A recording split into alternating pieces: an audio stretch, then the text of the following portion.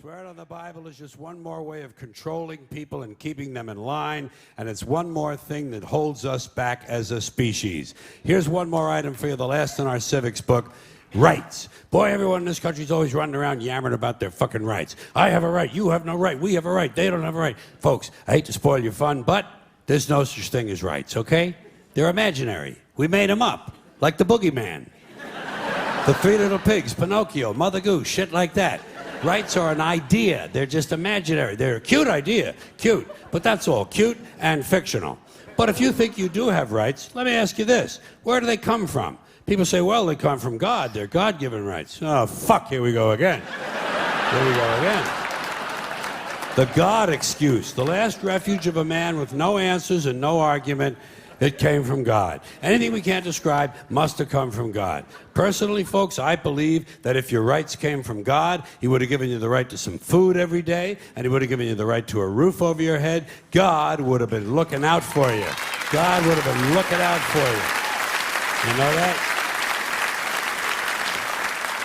He would have been worried about making sure you have a gun so you could get drunk on Sunday night and kill your girlfriend's parents. But let's say it's true. Let's say God gave us these rights. Why would He give us a certain number of rights? The Bill of Rights in this country has 10 stipulations, okay? 10 rights. And apparently God was doing sloppy work that week because we've had to amend the Bill of Rights an additional 17 times. So God forgot a couple of things, like slavery. Just fucking slipped His mind. But let's say God gave us the original 10. He gave the British 13. The British Bill of Rights has 13 stipulations. The Germans have 29. The Belgians have 25. The Swedish have only 6. And some people in the world have no rights at all. What kind of a fucking goddamn God-given deal is that? No rights at all? Why would God give different people in different countries different numbers of different rights?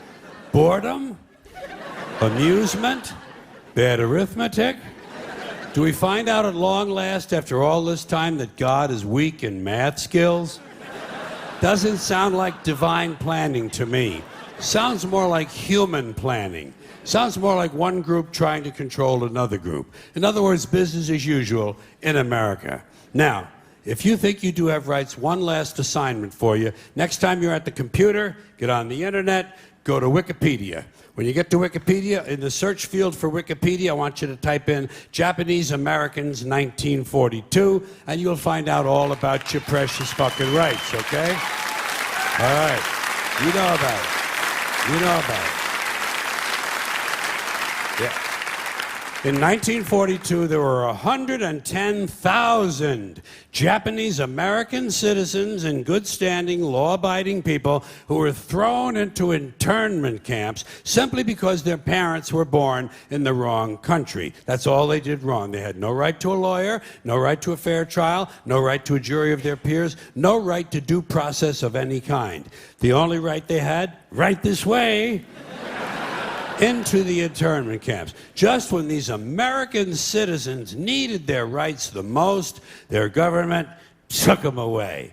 And rights aren't rights if someone can take them away. They're privileges. That's all we've ever had in this country is a bill of temporary privileges. And if you read the news even badly, you know that every year the list gets shorter and shorter and shorter. You see how sooner or later?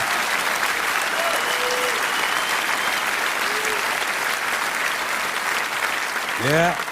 Sooner or later, the people in this country are going to realize the government does not give a fuck about them. Government doesn't care about you or your children or your rights or your welfare or your safety. It simply doesn't give a fuck about you. It's interested in its own power. That's the only thing, keeping it and expanding it wherever possible. Personally, when it comes to rights, I think one of two things is true. I think either we have unlimited rights or we have no rights at all. Personally, I lean toward unlimited rights. I feel, for instance, I have the right to do anything I please. But if I do something you don't like, I think you have the right to kill me. So where are you going to find a fairer fucking deal than that? So the next time some asshole says, gee, I have a right to my opinion, you say, oh yeah? Well, I have a right to my opinion, and my opinion is you have no right to your opinion. Then shoot the fuck and walk away. Thank you.